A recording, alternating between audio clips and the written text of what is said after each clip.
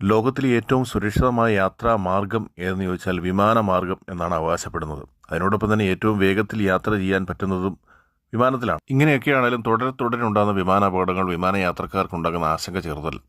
കഴിഞ്ഞ ഒരാഴ്ചക്കുള്ളിൽ 2 വിമാനാപകടങ്ങളാണ് ലോകത്തെ ഞെട്ടിച്ചുകൊണ്ടുണ്ടായിരിക്കുന്നത്.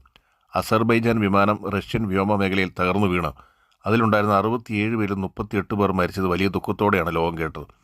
ഇതിനിടയിലാണ് ദക്ഷിണ കൊറിയൻ വിമാനം തകർന്ന് അതിലുണ്ടായിരുന്ന യാത്രക്കാർ 179 പേരും മരിച്ചു എന്ന വലിയ ഞെട്ടിക്കുന്ന ദുഃഖകരമായ വാർത്ത കേൾക്കുന്നത്. ഈ വർഷം അവസാനത്തെ ആഴ്ചയിൽ ഉണ്ടാകുന്ന 2ാമത്തെ അപകടം. തുടരെയാണ് വിമാനാപകടങ്ങൾ ഉണ്ടാകുന്നത്.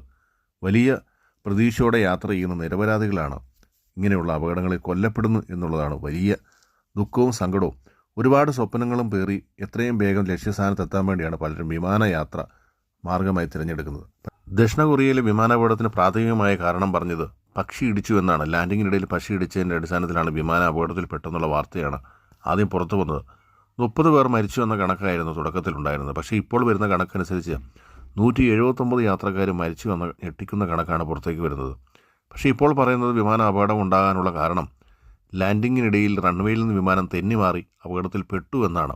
അസർബൈജാൻ വിമാനം തകർന്നു വീഴുകയും അതിലെ യാത്രക്കാർ 38 പേർ മരിക്കുകയും ഒക്കെ ചെയ്തത് ലോകം വലിയ ദുഃഖത്തോടെ ചർച്ച ചെയ്യുന്നതിനിടയിലാണ് ഇത്രയും വലിയ ഒരു അപകടം വീണ്ടും ഉണ്ടായതെന്നുള്ളത് വലിയ ആശങ്ക വർദ്ധിപ്പിക്കുന്നതാണ്.